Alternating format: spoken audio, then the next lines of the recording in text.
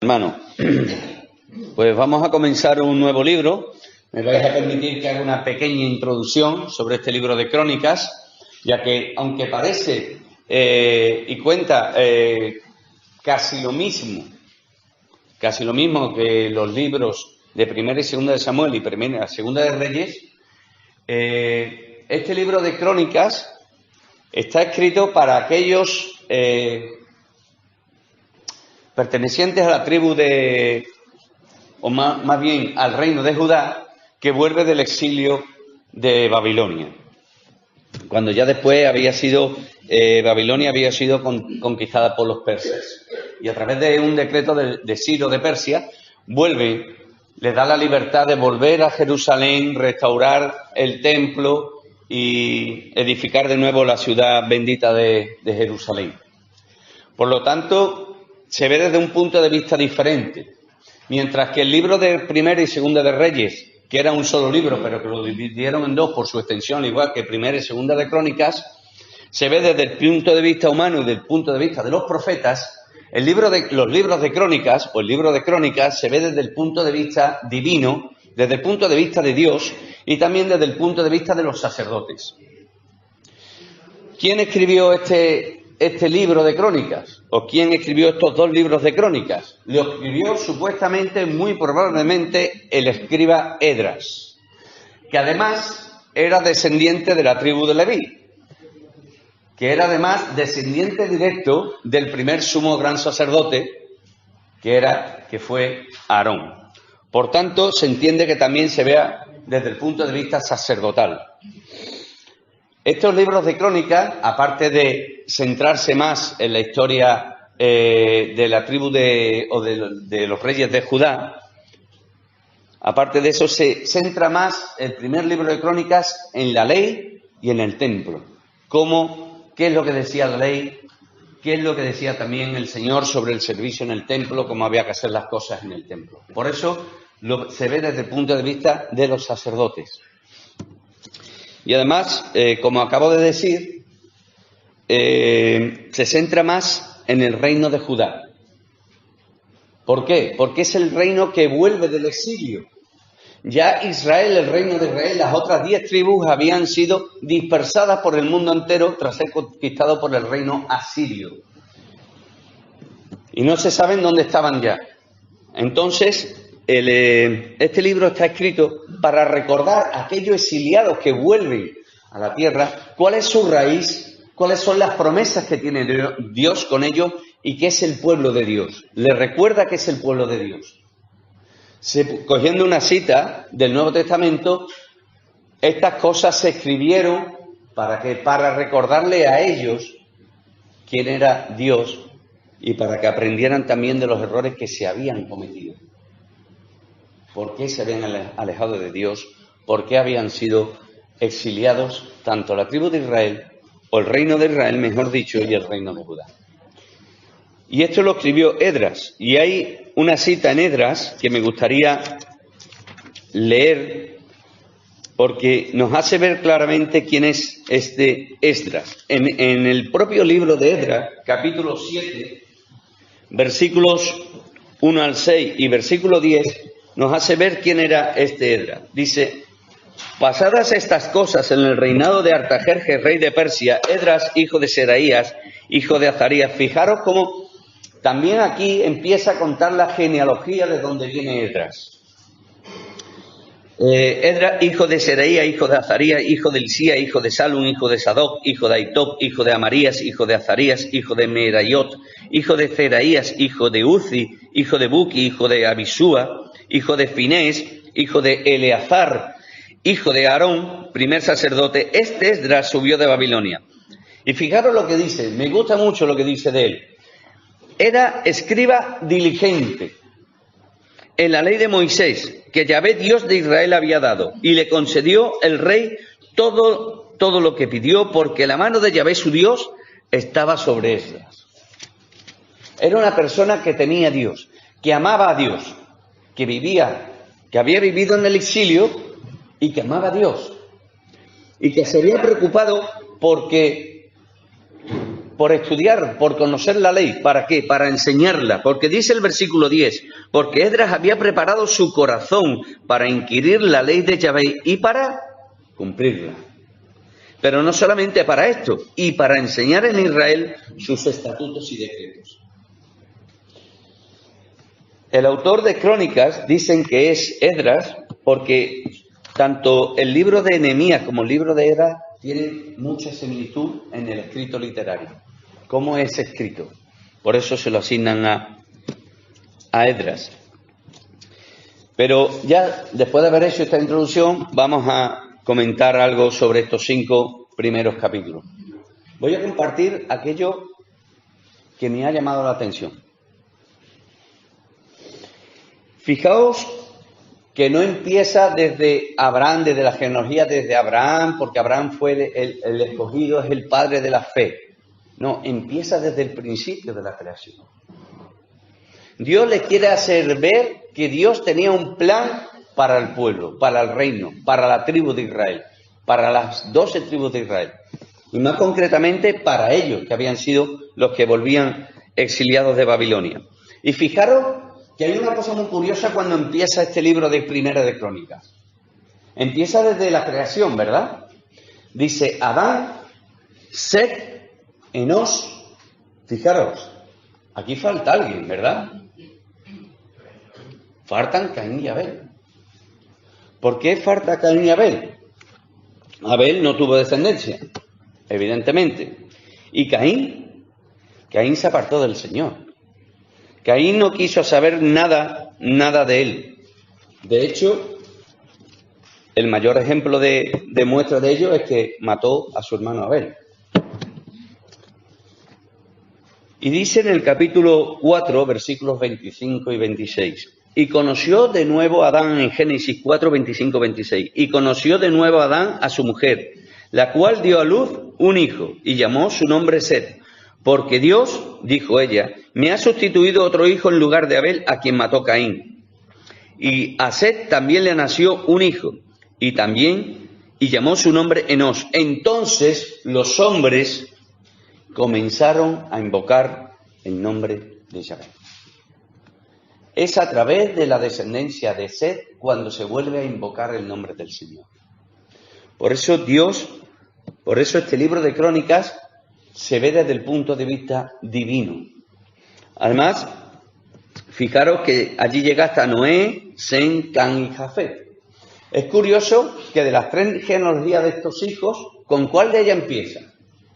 Empieza con Jafet, después sigue con Cam y por último la del primogénito, la de Sem. No es lógico, ¿verdad? Debería de empezar con la de Sem.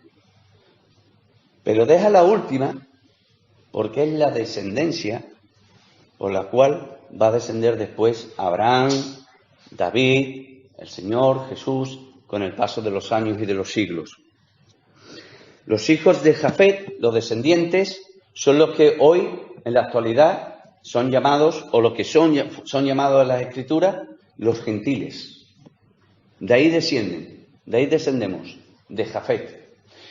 De Cam descienden todos aquellos que vivieron en la tierra de Canaán, e incluso también los filisteos, los cuales tuvieron una gran lucha y una gran batalla siempre contra las tribus de Israel. Y es una cosa curiosa de que Cam además fue maldecido por su padre. ¿Por qué? Porque se mofó, porque vio la vergüenza y la embriaguez, vio la desnudez de su padre y se mofó delante de sus hermanos de que estaba borracho y de que estaba desnudo. Y Noé, al enterarse, lo maldijo y le dijo: serás siervo de tus hermanos. De hecho, la descendencia de Sem, de donde después descendió posteriormente Abraham, Isaac, Jacob y las 12 tribus de Israel, castigaron y destruyeron a parte de las tribus cananeas que descienden de Cam. Después de todo esto, llama la atención el versículo 34. Fijaos, dice allí: Abraham engendró a Isaac, y los hijos de Isaac fueron Esaú. ¿Y quién más? No. Israel. Fijaos que es curioso que el escritor en el libro de Crónicas a Abraham no lo llama Abraham, que era su nombre original. Lo llama Abraham, que fue el nombre que le puso Dios. Y a Jacob no lo llama Jacob, lo llama Israel, que fue el nombre que Dios le puso. Después de haber pasado toda esa noche luchando Jacob con aquel varón de Dios, y al cual le dijo, no te soltaré si no me bendices. Y le dice, ¿cómo te llamas? Te llamas Jacob. Dice, de aquí en adelante te llamarás Israel, porque has luchado contra Dios y porque has luchado contra los hombres y has vencido. Es curioso que lo llama Israel, por el nombre que le puso el Señor. También, hermanos, nosotros tenemos un nombre. Nuestros nombres están escritos en el libro de la vida, porque hemos puesto nuestra fe en Él, porque Abraham puso la fe en Dios, porque Jacob puso la fe en Él. Y nosotros también tenemos nuestros nombres escritos en el libro de la vida. Y seremos conocidos. Somos conocidos por Dios por nuestros propios nombres. Después de todo ello, pasamos el capítulo 1, habla de Saúl, de la descendencia de Saúl, de todos los jefes, de donde estuvieron y demás. Y ya en el capítulo 2 empieza con la genealogía de las 12 tribus de Israel. Y resulta curioso con la tribu con la cual empieza. ¿No os ha llamado la atención? No empieza con la de el que había sido su primogénito, Rubén. No empieza con la descendencia tampoco de aquel al cual se le había dado la primogenitura por causa del pecado que había cometido Rubén contra su padre, tal y como nos lo narra en el capítulo 5. Los 2 primeros versículos dice allí, los hijos de Rubén, primogénito de Israel, porque él era el primogénito, mas como violó el lecho de su padre, sus derechos de primogenitura fueron dados a los hijos de José, hijo de Israel, y no fue contado por primogénito. No empieza con la primogenitura de Rubén, cuando habla de las 12 tribus de Israel, no empieza con la genealogía de José, al cual fue dada la primogenitura por el pecado de Rubén, sino que empieza con la tribu de Judá. Es curioso. ¿Quién formaba el reino de Judá, hermanos? La tribu de Judá, la tribu de Benjamín y la tribu de los levitas. Y empieza por la de Judá. Y es curioso, por eso no lo quería leer hasta ahora, lo que dice en el capítulo 5, versículo 2. Bien que Judá llegó a ser el mayor sobre sus hermanos y el príncipe de ellos. La tribu de Judá fue la tribu más numerosa, más importante de las 12 tribus de Israel. Y el cronista empieza con la genealogía de Judá.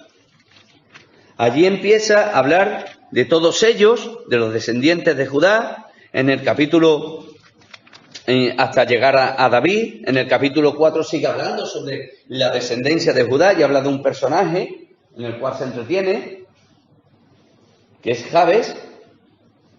No sé si dará tiempo de hablar un poco sobre él. Y el capítulo 5 habla sobre la descendencia de Rubén, de Gad y de la media tribu de Manasés que estuvieron en la otra parte del río. Pero yo me gustaría, hermanos, que nos entretuviéramos un poco en la tribu de Judá. ¿Quién es? ¿Quién fue Judá? Judá fue uno de los hermanos de José, que además fue el que dio la idea, si nos fuésemos a Génesis, allí leeríamos la historia, que dio la idea de vender a su hermano José a los ismaelitas, para que fuese vendido como esclavo en Egipto. Rubén fue quien dijo, no quiero que matéis al hermano, no derramaremos sangre, la sangre de nuestro hermano. Pero Judá fue quien hizo eso. Fijaos que además Judá hizo algún que otro pecadillo, por así decirlo, alguno que otro. No trató bien, según la ley, a su hija Tamar. Supuestamente se acostó con una prostituta que después llegó a ser su nuera, ¿verdad? Pero fijaos, a pesar de eso, y es lo que me llama la atención, a pesar de eso, Dios derrama su gracia sobre él. y la hace la tribu más numerosa, la más fuerte. Y eso me hace recordar, hermanos, que nosotros no somos diferentes a Judá. Porque también nosotros cometemos errores, también nosotros cometemos fallos. Y sin embargo, a pesar de todo eso, Dios derrama su gracia y su misericordia sobre nuestras vidas. Y eso es de alabar al Señor. Y eso es motivo más que de alabar al Señor. Cómo el Señor nos perdona nuestros pecados, porque sabe que somos polvo, como dice las Escrituras, nos limpia y nos bendice, como bendijo a Judá. Y yo me gustaría que nos fuésemos a Génesis, al capítulo 49, los versículos 8 al 12, donde cuando está en el lecho de muerte Jacob o Israel y empieza a bendecir a cada uno de sus hijos. Y allí en Génesis capítulo 49, versículos 8 al 12, bendice a Judá. Y fijaos lo que dice, y ver cómo se cumplen las palabras de Jacob. Judá, te alabarán tus hermanos, tu mano en la cerviz de tus enemigos, los hijos de tu padre se inclinarán a ti. Jamás sus hermanos pensarían que se iban a inclinar ante Judá, pero así lo hicieron. Y ahora veremos por qué. Judá, el nombre de Judá significa alabanza. Y fijaos lo que le dice su padre. Judá, te alabarán tus hermanos. Confirmarán el nombre que te he puesto. Te van a alabar. ¿Por qué? Porque de Judá descienden el que iba a ser realmente el primer gran rey de Israel, el rey David, y el resto de los reyes del reino de Judá. Y sería alabada aquella tribu. Además, vemos que dice, tu mano en la cerviz de tus enemigos. Y esto lo cumplió el Señor, no solamente cuando conquistaron la tierra prometida, la cual fue el trozo que le fue asignado, sino que además de ello, a través del reinado de David, a través del reinado de Salomón, ellos vencieron a sus enemigos. Y es cuando Israel conquistó o extendió su reino a lo máximo que podían. Siempre estuvieron sobre ellos sus enemigos. Y dice allí, en Segunda de Samuel, capítulo 22, versículos 40, 41, 22, 40, 41, lo siguiente. Pues me ceñiste de fuerza para la pelea. Has humillado a mis enemigos debajo de mí. Está hablando David. Has humillado a mis enemigos debajo de mí y has hecho que mis enemigos me vuelvan las espaldas, para que yo destruyese a los que me aborrecen. Con el reinado de David y con el reinado de Salomón vino la paz para Israel también. Vivieron en paz. Dice en el versículo 9, cachorro de león, Judá, de la presa subiste, hijo mío, se encorvó, se echó como león, así como león viejo, ¿quién lo despertará? El león simboliza realeza, majestad, dominio. Y eso es lo que le profetizó Jacob a Judá, que de su descendencia vendría el rey de rey. Y también el que sería posteriormente, y gloria a Dios por ello, el Rey de Reyes y el Señor de Señores, el Señor Jesucristo. Además dice, fijaros que dice que se encorvó, se echó como león, así como león viejo, ¿quién lo despertará? La tribu de Judá, o David y Salomón cuando reinó, no se ensañó con sus enemigos, sino que los venció y vivió en paz. No hizo una masacre, no fue haciendo masacre y machacando hasta destruirlo hasta el final del todo. No sé si me entendéis lo que os quiero decir con ello. Sino que los venció y estuvo en paz. Y reinó en paz. De él, también de la tribu de Judá, desciende el que es llamado el león de la tribu de Judá, que es nuestro Señor Jesucristo. Dice, no será quitado el cetro de Judá ni el legislador de entre sus pies. De la tribu de Judá no faltó rey. No faltó rey. Primero, David y Salomón reinaron sobre sobre todo Israel, sobre todas las tribus de Israel. Y después, a posteriores, su descendencia reinaron sobre Judá, sobre Benjamín y sobre los levitas. No le faltó. De hecho, es una promesa del Señor. Dice allí en 2 de Samuel, capítulo 7, versículos 16 y 17, lo siguiente. 7, 16 y 17. Y será firmada tu casa y tu reino para siempre delante de tu rostro, y tu trono será estable eternamente. Conforme a todas estas palabras y conforme a esta visión, así habló Natán a David de parte de Dios. No faltaría rey en la tribu de la tribu de Judá. Y además dice, hasta que venga Silo. La palabra Silo significa hombre de descanso, dador o portador del descanso. El que da paz. ¿Y quién es el que da la paz entre Dios y los hombres? Jesucristo. Justificados pues por la fe tenemos paz para con Dios por medio de Jesucristo. También vino la paz durante el reinado de David y de Salomón, pero también vendrá la paz cuando el Señor Jesucristo reine aquí por segunda vez en esta tierra. Él es el dador de la paz entre Dios y los hombres. Y además dice, y a Él se congregarán los pueblos, hablando proféticamente sobre el milenio. Y además le profetiza Jacob de que va a tener prosperidad, atando a la vid su pollino y a la cepa el hijo de su asna, lavó en el vino su vestido y en la sangre de uvas su manto, sus ojos rojos del vino, sus dientes blancos de la leche. Habla de abundancia material. ¿Cómo Dios bendeciría a Judá y a la tribu de Judá? Hermanos. Y lo voy a dejar aquí. Llevo ya 22 minutos hablando, así que, hermanos, muchas cosas que aprender. Parece que no, pero a través de las genealogías también se aprende mucho. No olvidemos, para recordarlo, hermanos, no olvidemos que no somos diferentes de Judá y de los descendientes de Judá. Somos tan falibles como ellos. Pero a pesar de todo eso, el Señor tiene misericordia de nosotros como la tuvo de ellos.